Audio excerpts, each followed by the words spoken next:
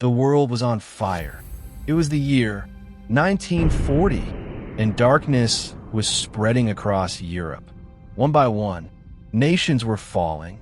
Powerful armies, unstoppable forces. Everything felt lost. Fear was everywhere, in homes, in streets, in hearts. People whispered, "Is this the end?" And in that moment of fear, one nation stood alone, Britain. No strong allies, no clear hope, just uncertainty and a choice to surrender or to fight. Most people believed surrender was the only way to save lives, because sometimes fear sounds like the right decision.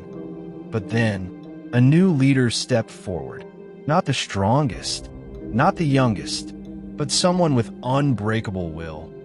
A 65-year-old man, heavy build, calm face, but eyes filled with determination. He looked at the situation, not with fear, but with belief. He believed that even in darkness, light can still exist, but only if someone chooses not to give up. Outside, the skies turned dark. Enemy planes filled the air. And then, the bombing began. Cities shook, buildings collapsed, fire spread everywhere. People ran, screamed, cried. Children held their parents tightly, not knowing if they would survive the night. Every explosion felt like the end. The nights were the worst, long, loud, and full of fear. Families hid underground, in silence, listening to the world breaking above them. Hope was fading. People were tired, broken, scared. They asked, "How long can we live like this? Why are we still fighting?" The nation was losing strength. And once again, all eyes turned to that one man. Would he surrender, or would he stand?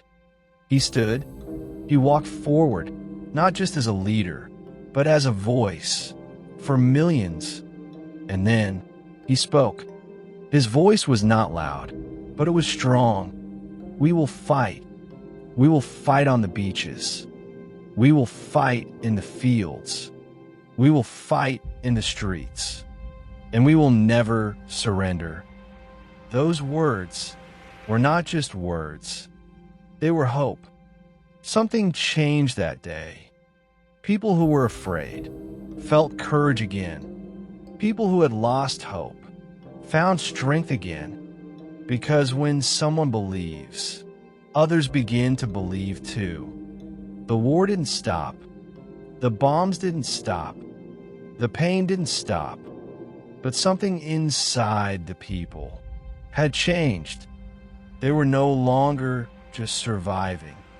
They were standing together. Neighbors helped neighbors. Strangers became family. Even in fear, there was unity.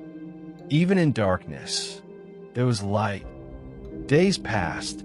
Months passed. The struggle continued. But so did the spirit.